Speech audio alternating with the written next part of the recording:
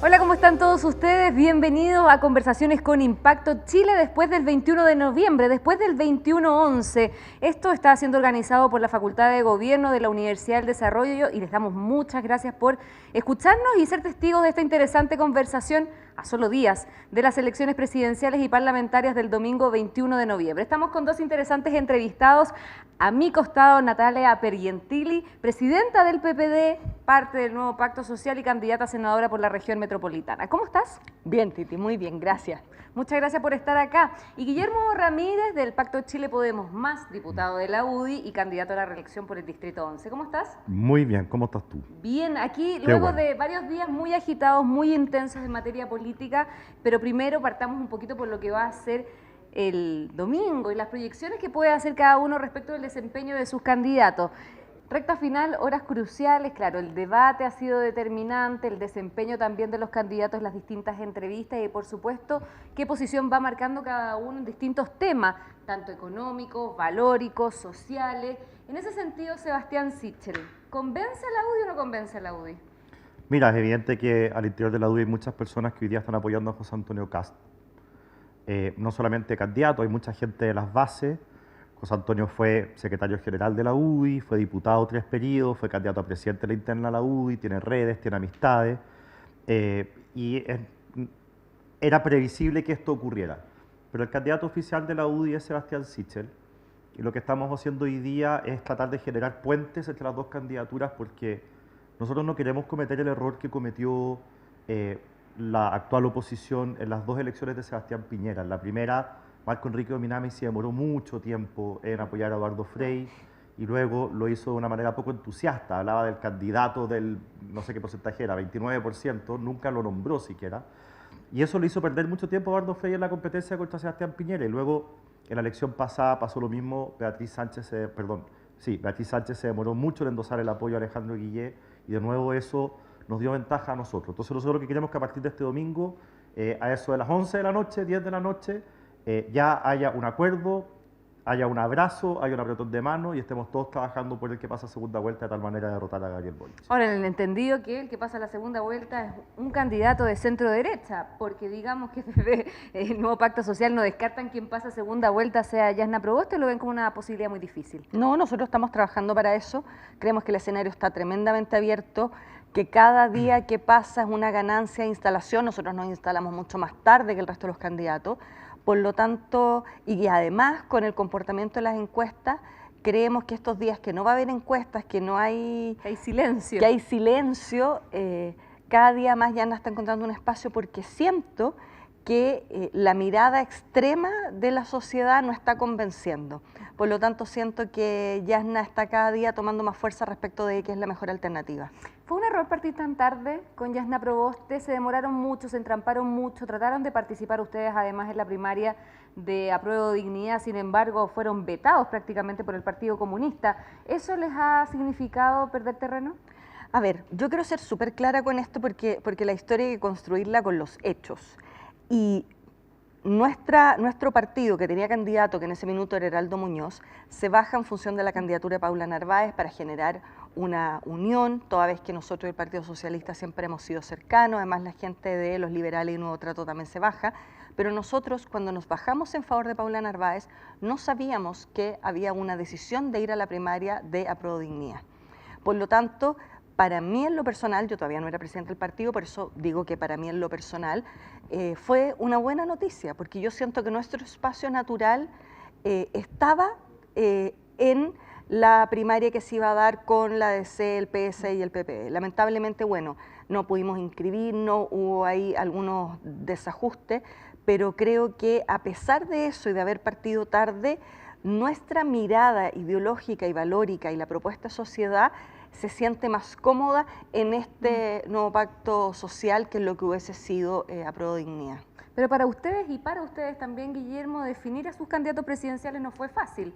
Sebastián Sichel prácticamente tuvo que terminar rogándole a los partidos para que le dieran o le abrieran la puerta para poder participar dentro de la primaria. ¿Eso dificulta al final el desempeño de los candidatos con miras al 21 de noviembre? Yo creo que en el caso de Chile Vamos, así como hoy día tenemos un desorden por el tema de José Antonio Kast, creo que en ese minuto no teníamos ningún desorden. Yo creo que fue todo bien tranquilo. nosotros tuvimos una primaria Pero espérense, ustedes tenían, disculpa que te interrumpa, pero Sí. ustedes tenían en algún minuto la posibilidad de que fuera Joaquín Lavín o Evelyn Matei la candidata. Sí, sí, pero en el fondo nosotros supimos resolver todas las cosas a tiempo. Mira, de partida, nosotros nos pusimos de acuerdo con mucha anticipación que íbamos a participar en una primaria. Los 3 partidos y que íbamos a permitir que Sebastián Sichel participara como candidato independiente. Segundo, la UDI al menos definió perdón, que iba a ir con un solo candidato. Claro, muy al final se definió quién era ese un solo candidato, pero las reglas estaban claras desde el principio.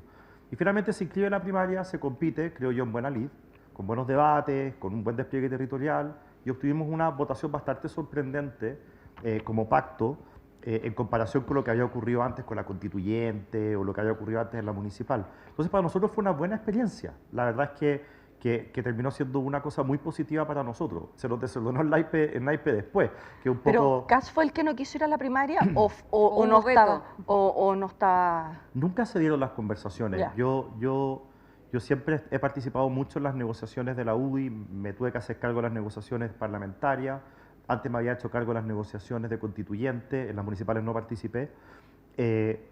Entonces, puedo decirlo con bastante certeza, no hubo acercamientos a nivel presidencial porque José Antonio Kast desde el principio, estamos hablando desde hace ya más de un año, incluso mucho más que eso, venía diciendo que él iba a ser candidato y que él iba a llegar a primera vuelta. Lo que sí intentamos hacer fue tener un acuerdo a nivel parlamentario, que yo hasta el día de hoy siento que fue un grave error no tener lista parlamentaria conjunta. Esto nos va a perjudicar. Hoy día Chile Vamos tiene 72 diputados.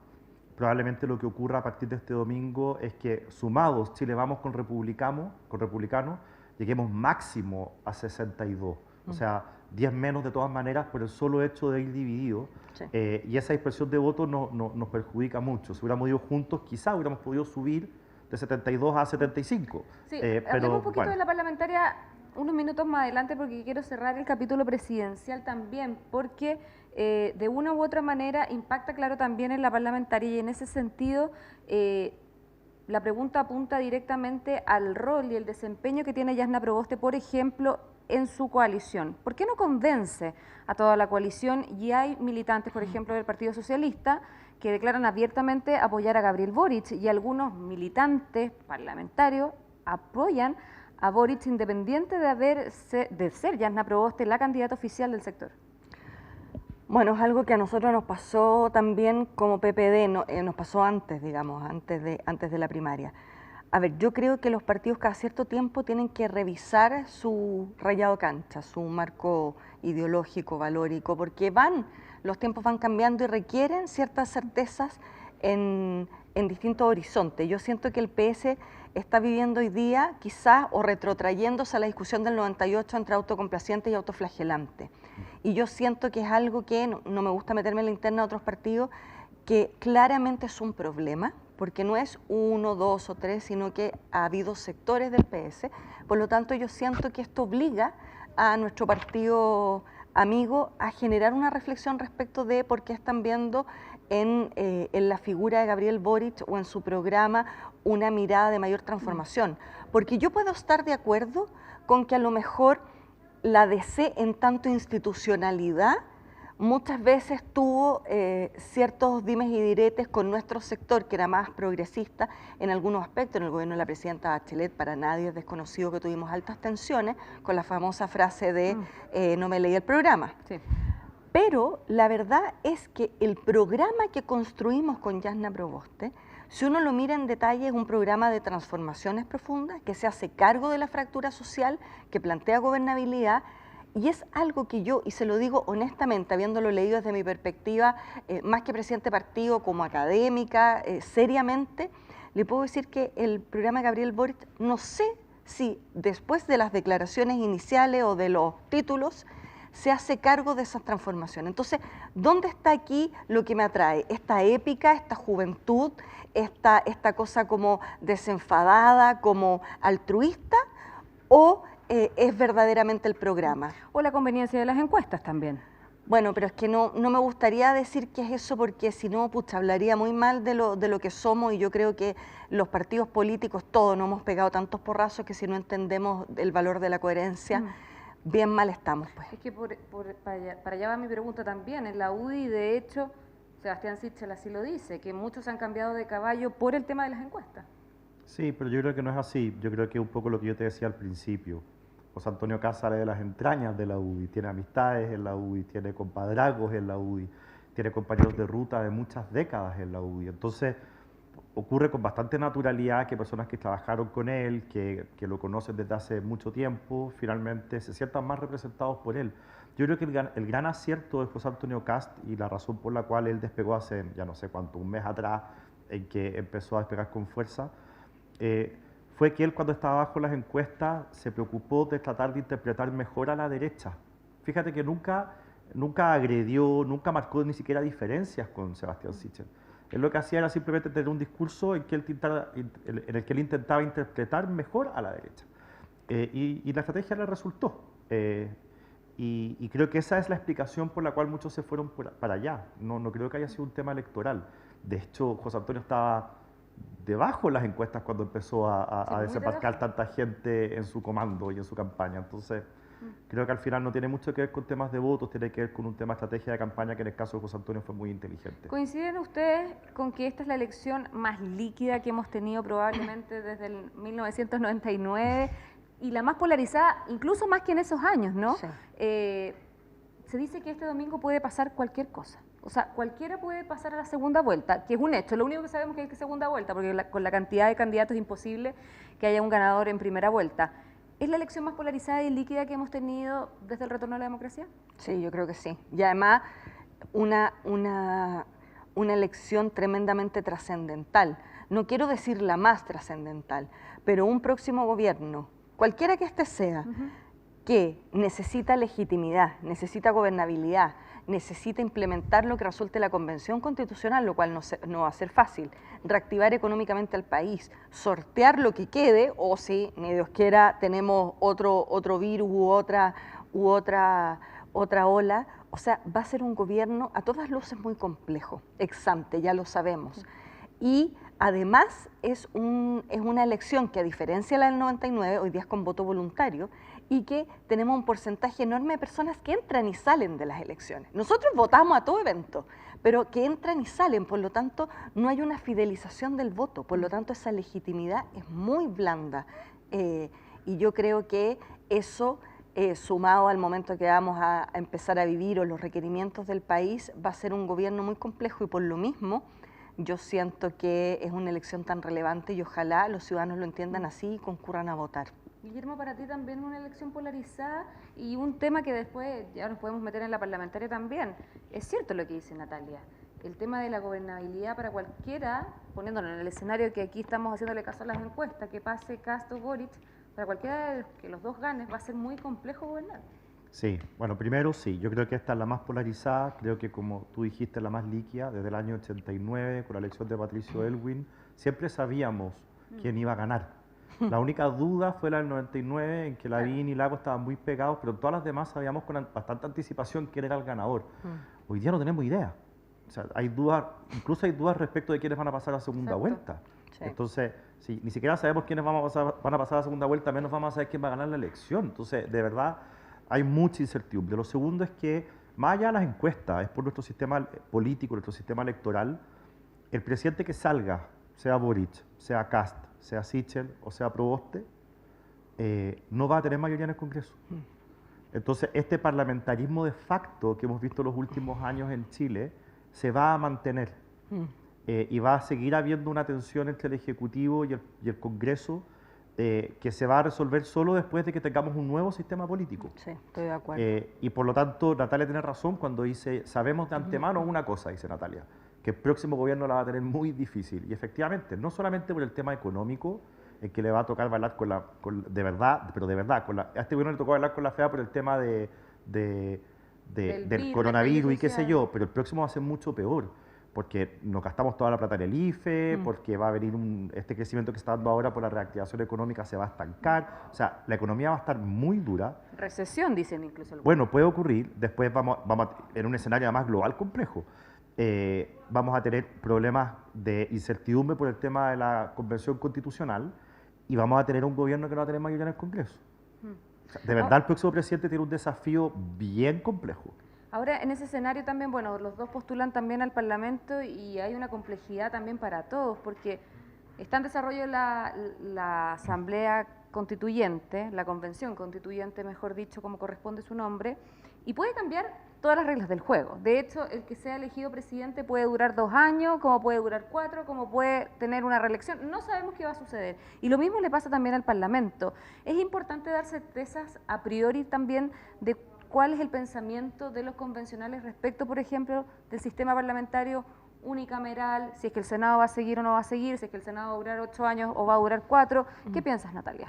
A ver, yo creo que este sistema político, el que tenemos hoy día con un presidencialismo y además un parlamentarismo como de facto, claramente está trabado, o sea, se bloquean, se superponen, etcétera. Por lo tanto, la verdad es que yo creo que lo primero es que los convencionales ojalá puedan sincerar cuál es su debate respecto del mejor sistema político para el Chile que viene. Porque cuando yo de repente me entero por los diarios de que hay algunos convencionales que ya tienen ideas preconcebidas de cómo tiene que armarse la arquitectura, me llama la atención, toda vez que yo esperaría que el debate primero de la convención fuera cuál es la gobernabilidad que el país requiere para salir adelante, para implementar, para sin duda respetar a las mayorías, pero acoger a las minorías, etcétera, y después diseñar la estructura. Yo creo que muchos tienen ideas preconcebidas de cómo tiene que ser el resultado, y eso yo creo que hay que debatirlo más a fondo. Eso yo creo que es el tema de fondo. Ahora, creo que en la eventualidad que se cambie todo, por ejemplo, que sea un régimen parlamentario, que sea unicameral, etcétera, etcétera, etcétera, creo que la implementación de aquello tiene que darle gobernabilidad y certezas al país. Por lo tanto, siento que el proceso de implementación de lo que resulte de la convención, sea una modificación completa, parcial, etcétera, tiene que tomar la suficiente gradualidad que permita la estabilidad en los procesos legislativos, judiciales, de políticas públicas, etcétera. Y eso es parte de la responsabilidad que tendrá también el próximo Congreso. Sí, y ahí también, bueno, después hablamos de la convención también con respecto a lo que tú dices. ¿Es importante dar ciertas señales de estabilidad por parte de la convención a priori o no es tan relevante? Porque también está en juego que se autorice por parte de la ciudadanía, ¿no? O que se le dé luz verde a la propuesta que haga la propia convención de la Constitución. A ver, la convención tiene que entender 3 cosas. Primero, que no puede estar legislando, o en este caso redactando una nueva constitución, en base a la contingencia. Tienen que tener la mirada puesta en el largo plazo, tienen que tener la mirada puesta en el futuro de Chile. Si es que ellos están pensando en el corto plazo, al final del día la constitución que vamos a tener va a ser una constitución que no va a dar gobernabilidad en el futuro.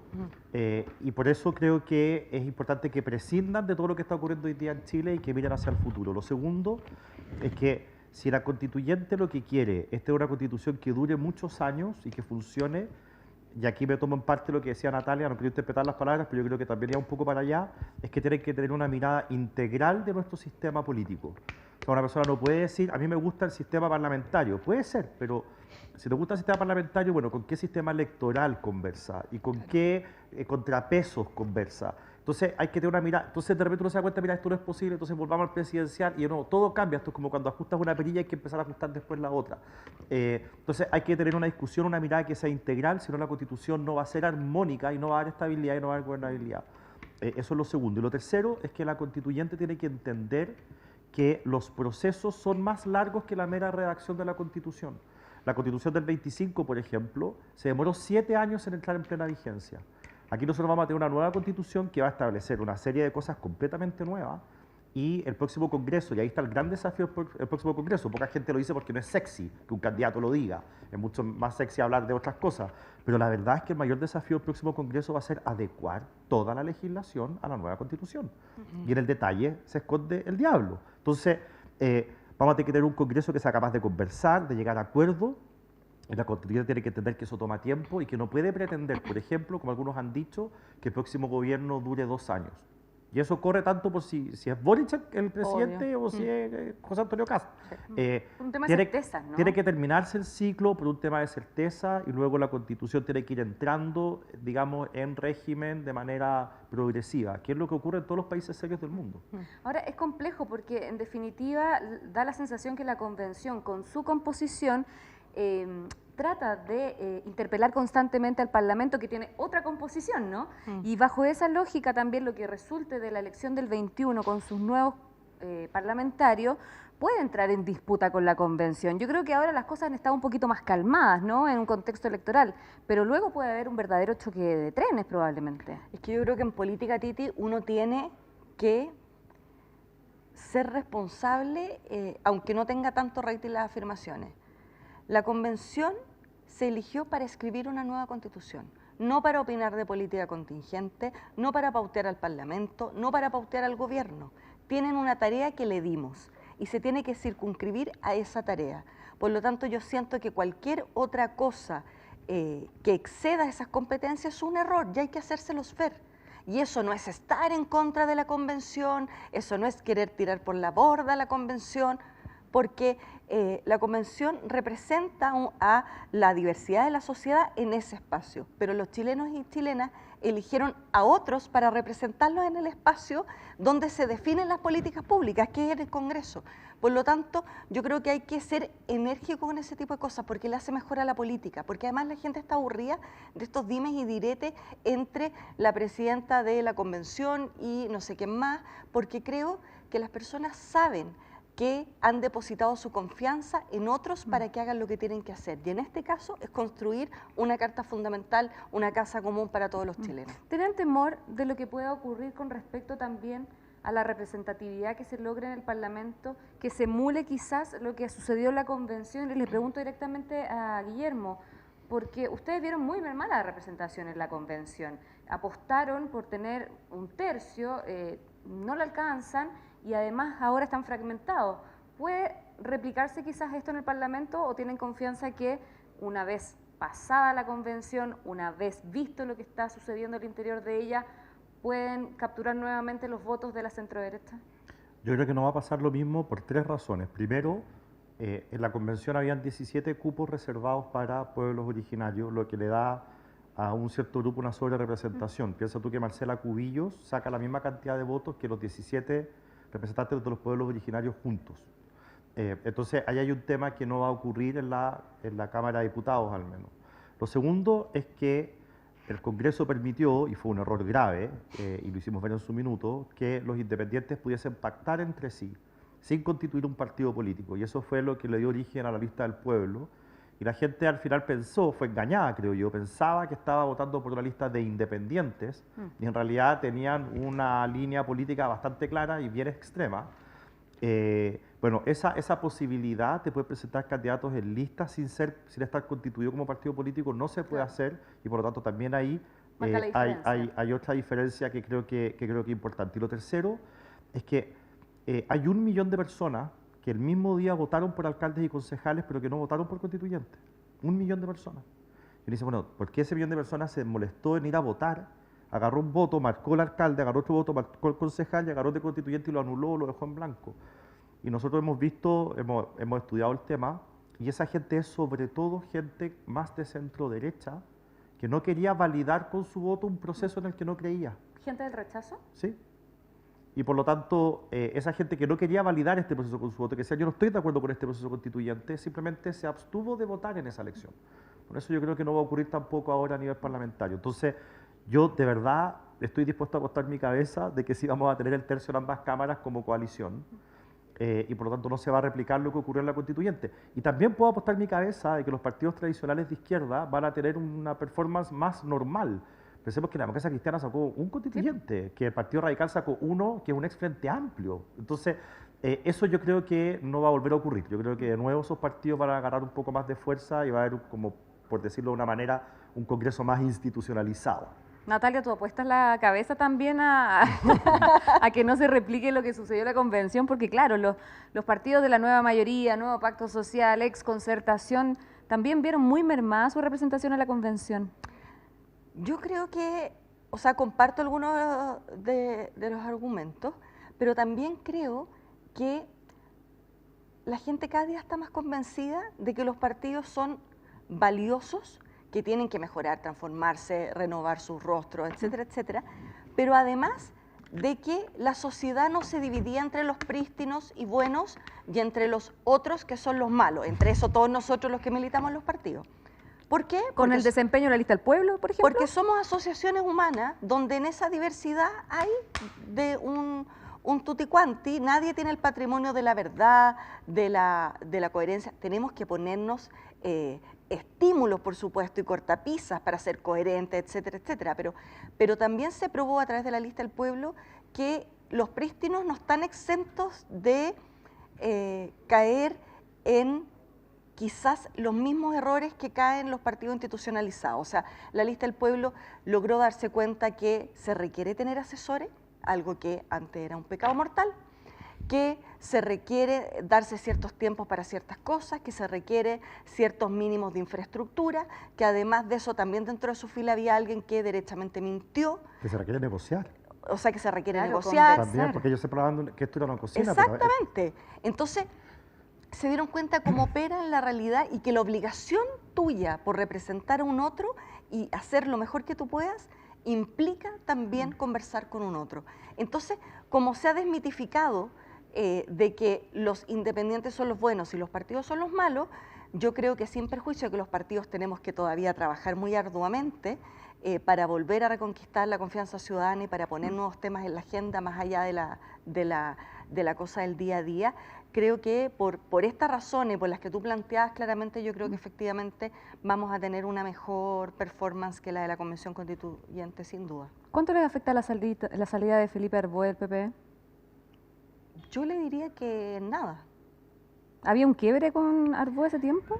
A ver, lo que pasa, Titi, es que yo creo que los partidos, insisto, son asociaciones voluntarias, pero los partidos no son regimientos, pero sí tienen un rayado cancha, que son sus principios, sus valores, su declaración de hacia dónde van, etc.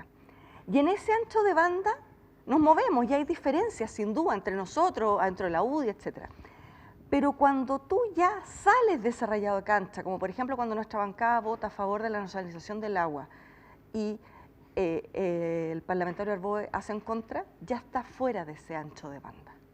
Entonces yo siento que él tomó una buena decisión respecto a que yo siento que hace tiempo a lo mejor él no se sentía parte de esta estructura, de este planteamiento ideológico y valórico y por lo tanto siento que esa poca coherencia entre lo que nosotros declaramos y finalmente nuestros parlamentarios terminan votando afecta a los partidos. Por lo tanto, yo siento que él haya dado un paso al costado, fue bueno para él, para sentirse libre en sus nuevos desafíos políticos y también para nosotros que muchas veces tuvimos que dar explicaciones por sus votaciones.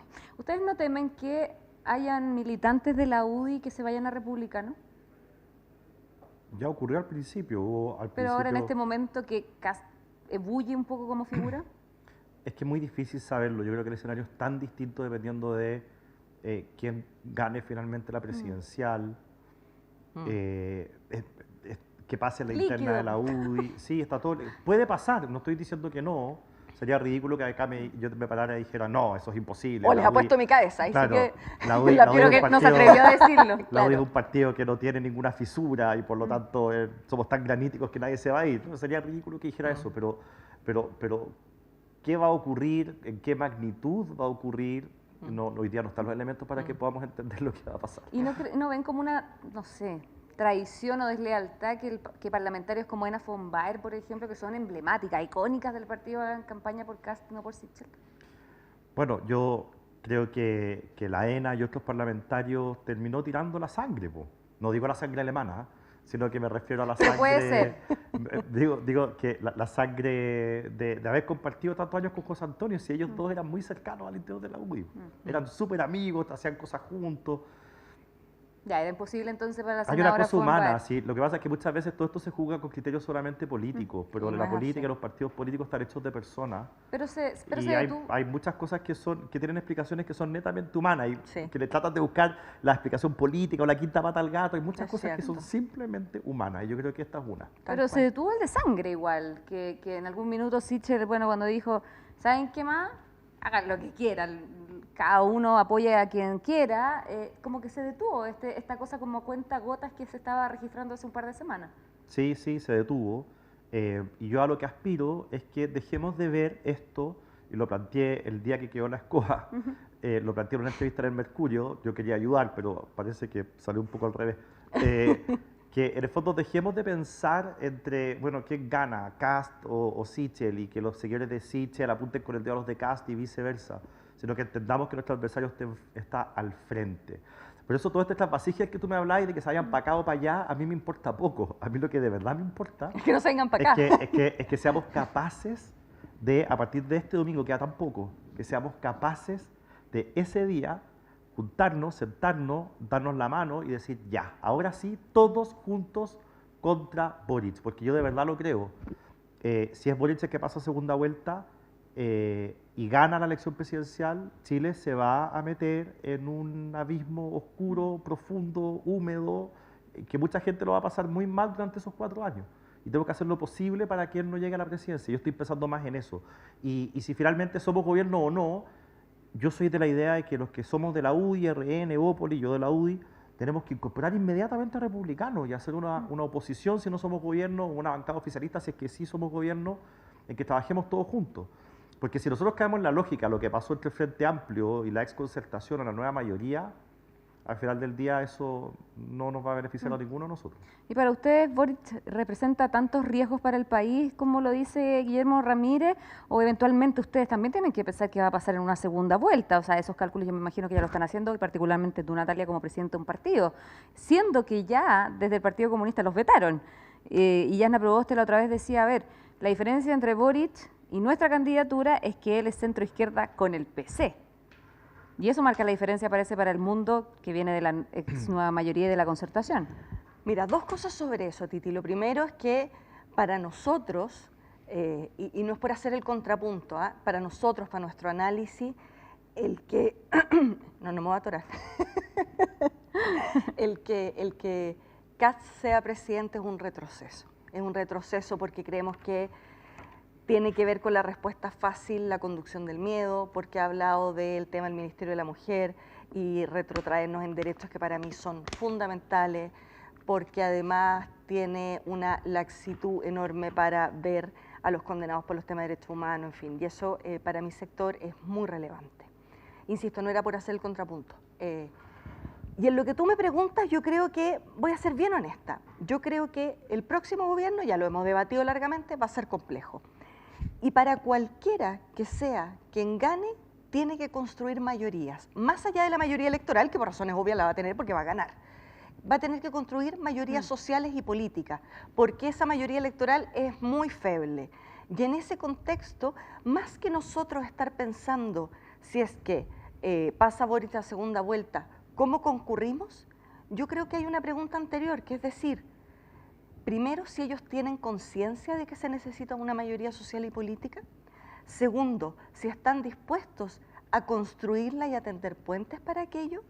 Y en ese contexto, ¿cuál va a ser nuestra legítima reciprocidad? Pero si usted me pregunta, sin haber conversado antes respecto a cuáles son los énfasis, de cuáles son nuestras legítimas preocupaciones respecto a su programa, etcétera, si vamos a decidir a golpear la puerta antes de tener una conversación, no. No, porque finalmente la verdad es que no es que nos estemos haciendo los interesantes. Yo quiero ver si es que efectivamente el Frente Amplio, si es que pasa a segunda vuelta, tiene la convicción que necesita construir esas mayorías y que para construir esas mayorías hay que tener un diálogo. ¿Ya a priori lo ves? ¿Esa voluntad? Yo creo que están en el fragor de la autosuficiencia todavía.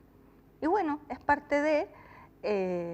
y en ese contexto, como te digo, o sea, nosotros seguiremos con esa conversación o sin esa conversación, en la eventualidad que Boric pase a segunda vuelta o ganase, nosotros tenemos una obligación con los votantes que creen en esta mirada transformadora de Chile, en una sociedad y en un Estado democrático de derecho, y eso va a ser nuestra impronta en el Parlamento. Si eso significa ser una oposición constructiva, lo será. Si significa ser una bancada que se suma a una acción de gobierno, también. Pero creo que no hay que poner la carreta delante de los bueyes y hay que esperar cómo se van dando las cosas. Todo paso a paso y seguramente desde el lunes ya estaremos hablando definitivamente, bueno, cuál es la carrera presidencial con miras al 19 de diciembre cuando sea la segunda vuelta presidencial, y ahí el tema de los apoyos va a ser determinante y las conversaciones que se puedan dar en el contexto también de compromiso y de una mirada común, si finalmente uno se junta con un candidato porque tiene una mirada común respecto del país que quiere construir. Hablemos un poquito sobre algunos temas que han marcado bastante el debate presidencial, que tiene que ver con las posiciones de cada uno de los candidatos respecto de temas bien importantes. A ver, el tema de los indultos a los llamados presos de la revuelta es uno, el tema de los retiros de las AFP, el tema de la violencia en la Araucanía. Partamos por la violencia de la Araucanía, que me parece relevante y más contingente y más importante también para un grupo importante de personas que viven en la llamada macrozona sur. Natalia, ¿cómo se soluciona ese conflicto? Porque ahí hay miradas bien distintas respecto incluso de lo que ha dicho el gobierno, estado de excepción. Kast habla incluso de ser un poco más radical también en el contexto del orden público en esa zona. ¿Qué piensa Yasna Proboste y qué piensas tú respecto a eso? Qué difícil es responder esto, porque si tuviéramos la respuesta... A ver, yo creo, Titi, que... A ver, cuando se habla del diálogo está un poquito manoseada la palabra. Yo creo que también uno no puede desconocer lo que pasó respecto de esta consulta ciudadana, en la que votaron más personas que para la elección de gobernador, y que se siente más protegido y siente que el Estado cumple mejor su rol de garante de la seguridad a través de estos estados de excepción. Creo, y del legítimo uso de la fuerza también por parte de las Fuerzas Armadas y de la policía. Creo que esto no tiene una sola vía de salida. Creo que por una parte sí hay que establecer una propuesta de diálogo, pero un diálogo que uno sepa que tiene un lugar de destino. Porque por mucho tiempo ha habido diálogo en el cual uno pone su posición, el otro otra, nunca se encuentran, pero también creo que que el resultado de la convención va a ayudar respecto de que si somos un Estado plurinacional o no, que si va a haber autodeterminación o no, pero yo creo que, y es algo que conversamos la otra vez, yo creo que este gobierno abandonó el diálogo. Nuestros gobiernos, los de la concertación nueva mayoría, no solucionaron el problema de fondo, porque es muy complejo, porque tiene otras aristas, porque había que tener una voluntad política que a lo mejor nadie nunca tuvo, etcétera. Pero había un diálogo en paralelo, aun cuando nosotros también tuvimos momentos complejos, digamos, y tuvimos que generar algunas acciones del Ministerio del Interior, etcétera. Pero yo creo que la única respuesta hoy día que sea los estados de excepción, la verdad es que, claro, puede que la gente legítimamente, y en esto quiero ser empática, se sienta más resguardada, no me cabe la menor duda. Pero una golondrina no hace verano, entonces eso se va a ir renovando, pero en algún minuto vamos a tener que decir cómo las fuerzas políticas, cómo el Estado, más allá del gobierno, vamos a enfrentar esto.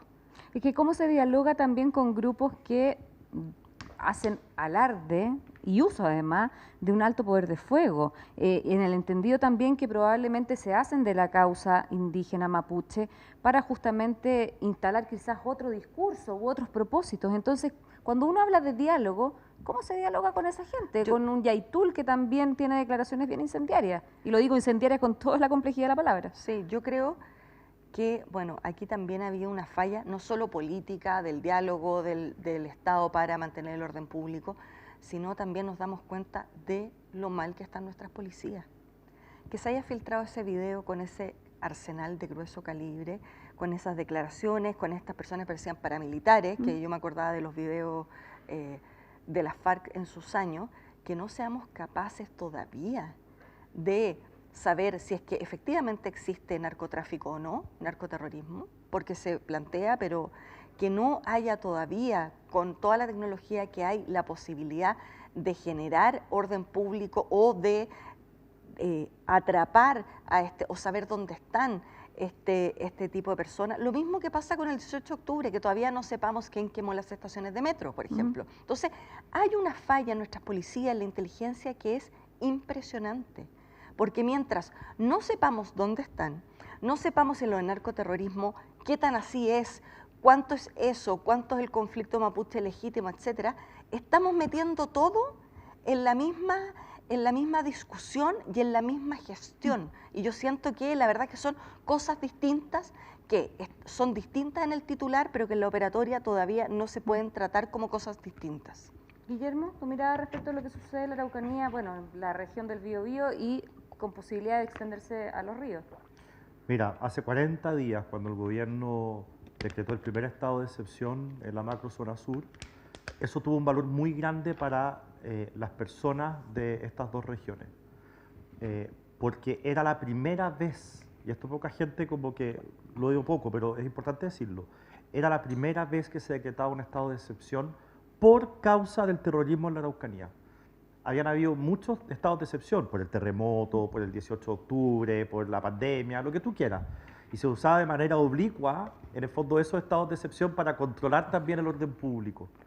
Pero el simbolismo de este estado de excepción, en el que el gobierno dice lo vamos a decretar para combatir el terrorismo en la Araucanía, tiene un valor muy grande, porque es la primera vez que el gobierno responde de esa manera a lo que ocurre allá. Un estado de excepción para combatir eso, el terrorismo. Y por eso también, para nosotros es tan simbólico como derecha, de que en el fondo ese estado de excepción haya sido valorado por las personas y haya ganado en el plebiscito y haya dado resultados, al menos hay que esperar, pero al menos las dos primeras veces, en fin. Entonces, eso por un lado. Segundo, la discusión que tuvimos en la Cámara de Diputados, porque el Senado es distinto, en el Senado no está el Partido Comunista, el Frente Amplio tiene un solo senador, pero la discusión que tuvimos en la Cámara de Diputados cuando había que renovar este estado de excepción, en el que el Frente Amplio y el Partido Comunista se opusieron, nosotros pudimos ganar, pero ellos se opusieron. La pregunta del millón es, ¿está dispuesta esa izquierda a entregarle las herramientas al Estado para que puedan hacer su pega en materia de orden público? O sea, te lo planteo de otra manera. Si es que empiezan a haber barricadas en Santiago y el que baila pasa, Gabriel Boric, si es presidente, ¿va a estar dispuesto a hacer lo que haya que hacer para restablecer el orden? Si es que de nuevo hay violencia como la que vimos en el pasado, ¿va a estar a disposición de hacer algo para frenar la violencia? Si eres presidente y el tema de la Araucanía se acentúa, él va a seguir con su lógica de que el estado de excepción es una lógica militarizadora y todas las cosas que dice la izquierda. Entonces, al final del día, aquí de lo que estamos hablando es de si nosotros vamos a dotar al Estado de las herramientas necesarias para que el Estado haga la pega. Si el orden público es pega del Estado.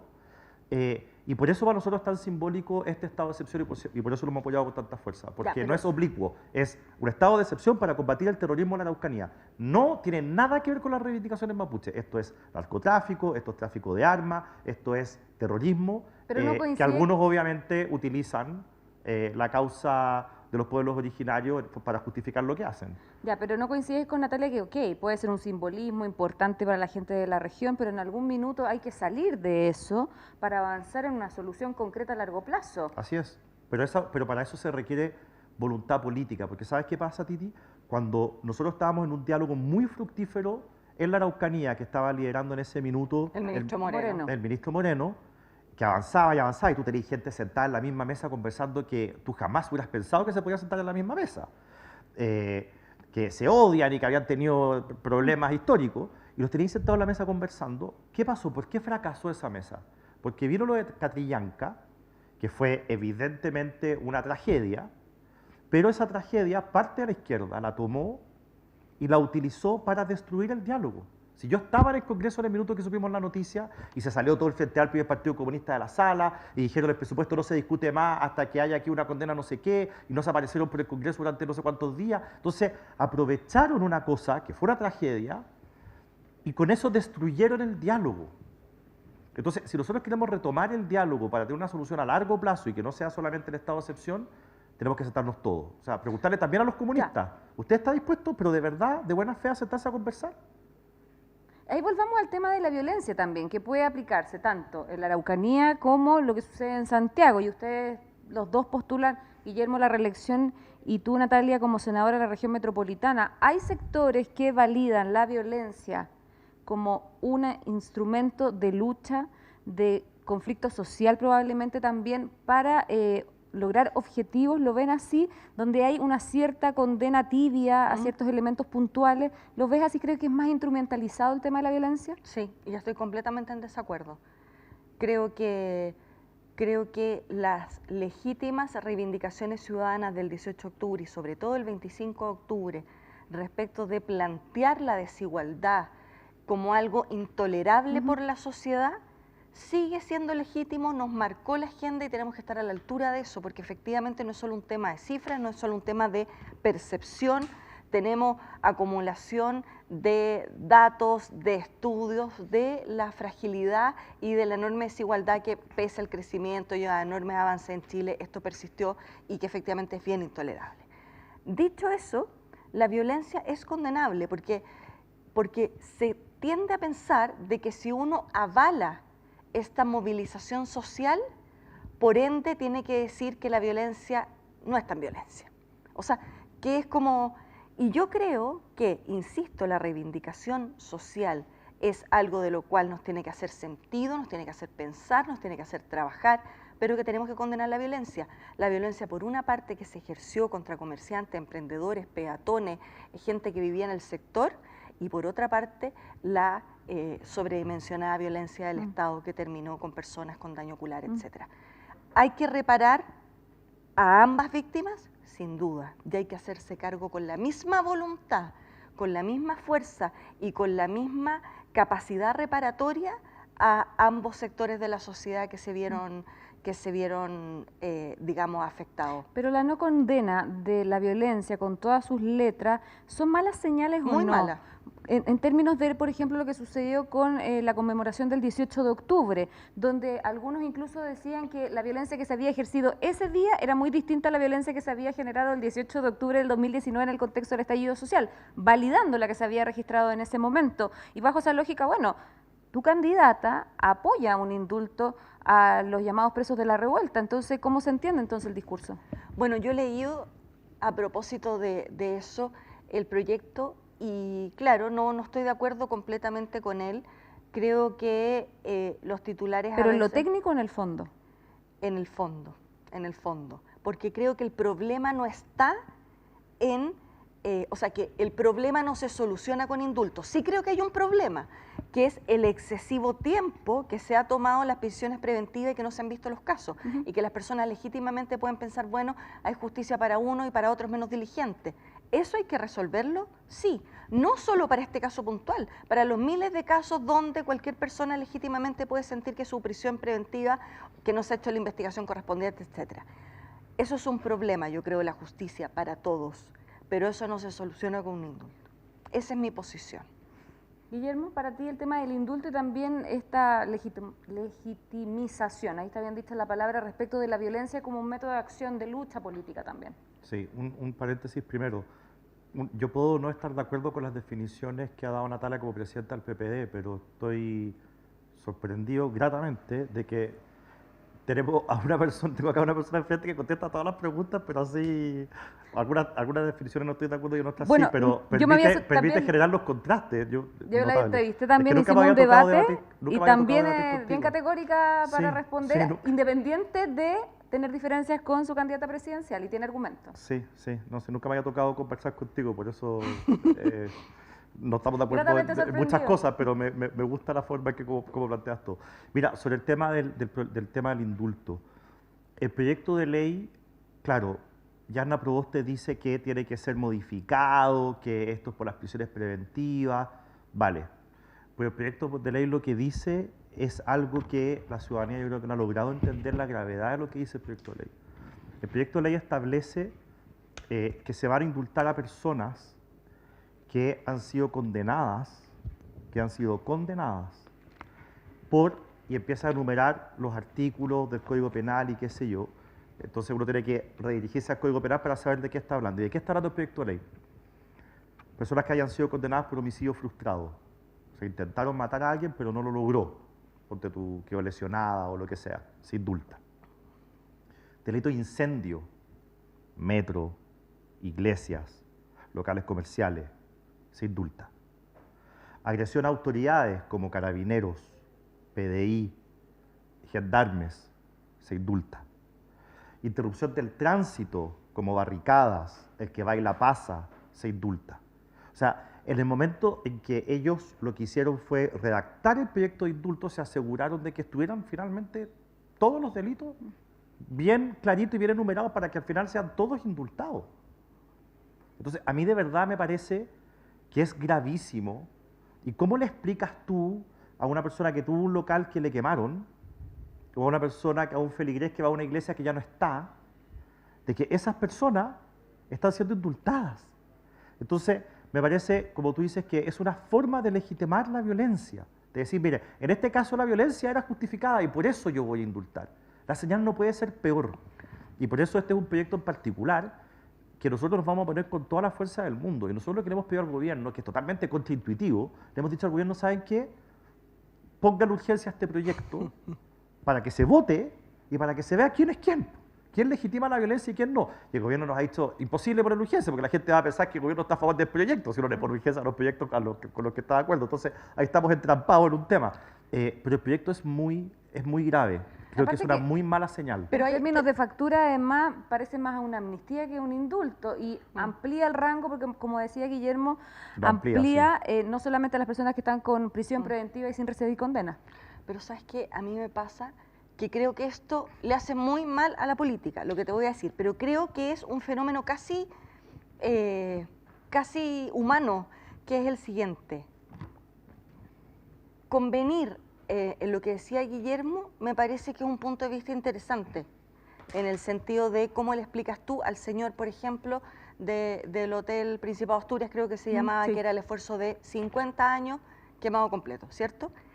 Pero ¿qué pasa con la laxitud también, como vemos, o el oscurantismo más bien, no laxitud, el oscurantismo con el cual las fuerzas policiales enfrentan el analizar los culpables de, digamos, la pérdida ocular de varios chilenos y chilenas?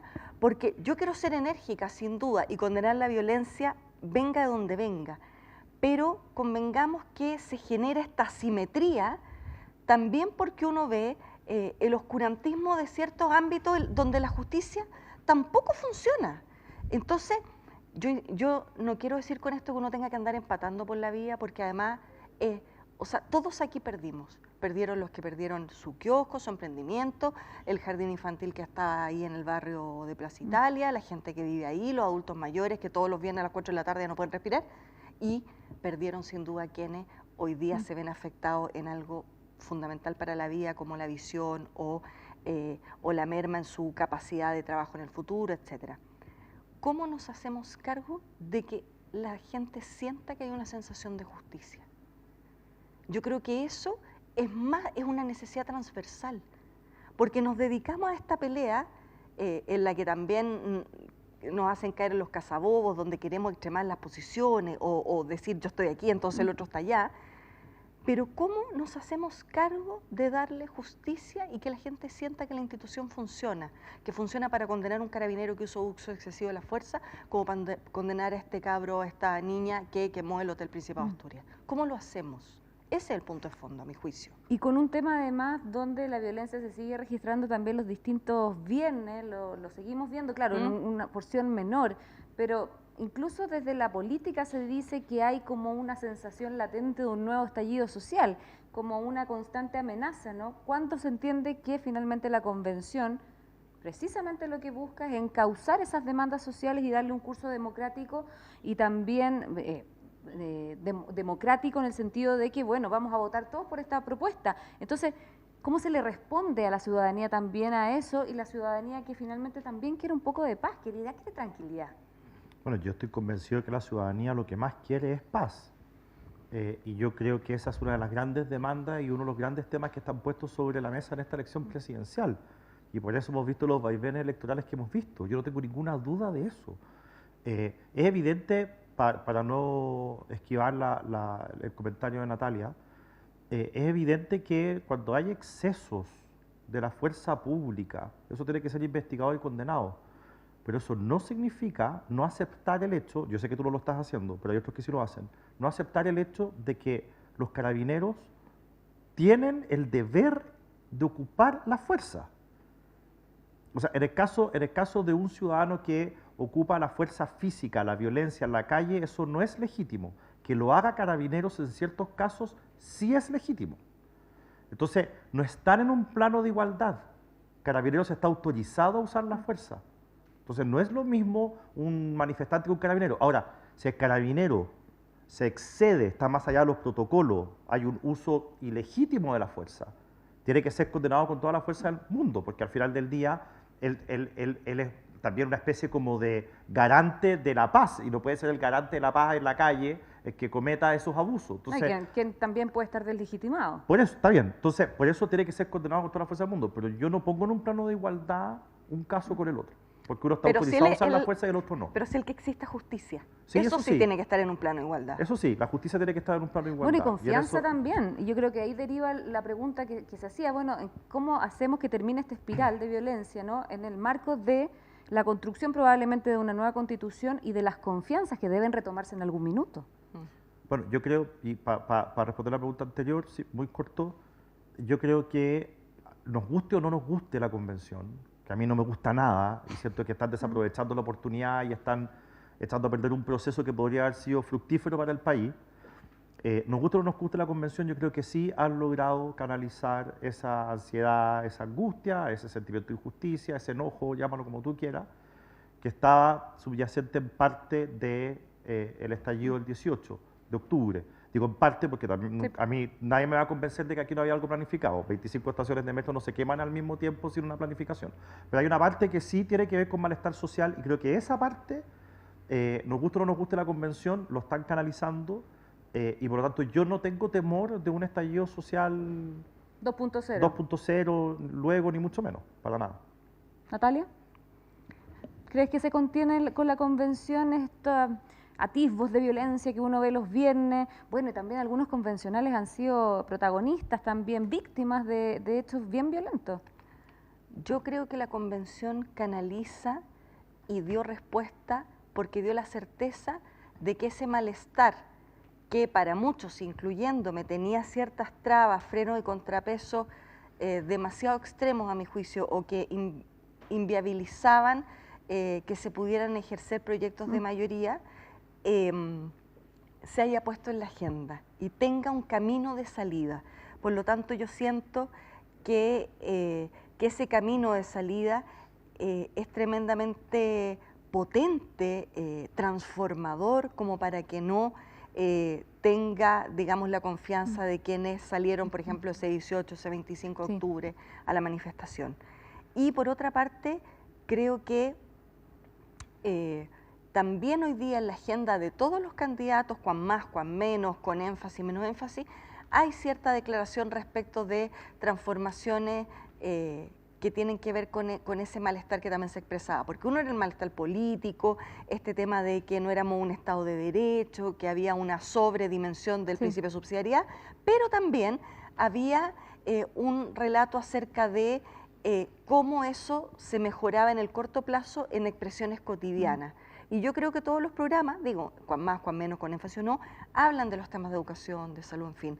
Por lo tanto, si tú lo miras, en todos los aspectos de hoy día la institucionalidad política, están esas demandas en cursos de acción distintas. Y yo creo que lo que sucede los viernes es puro vandalismo.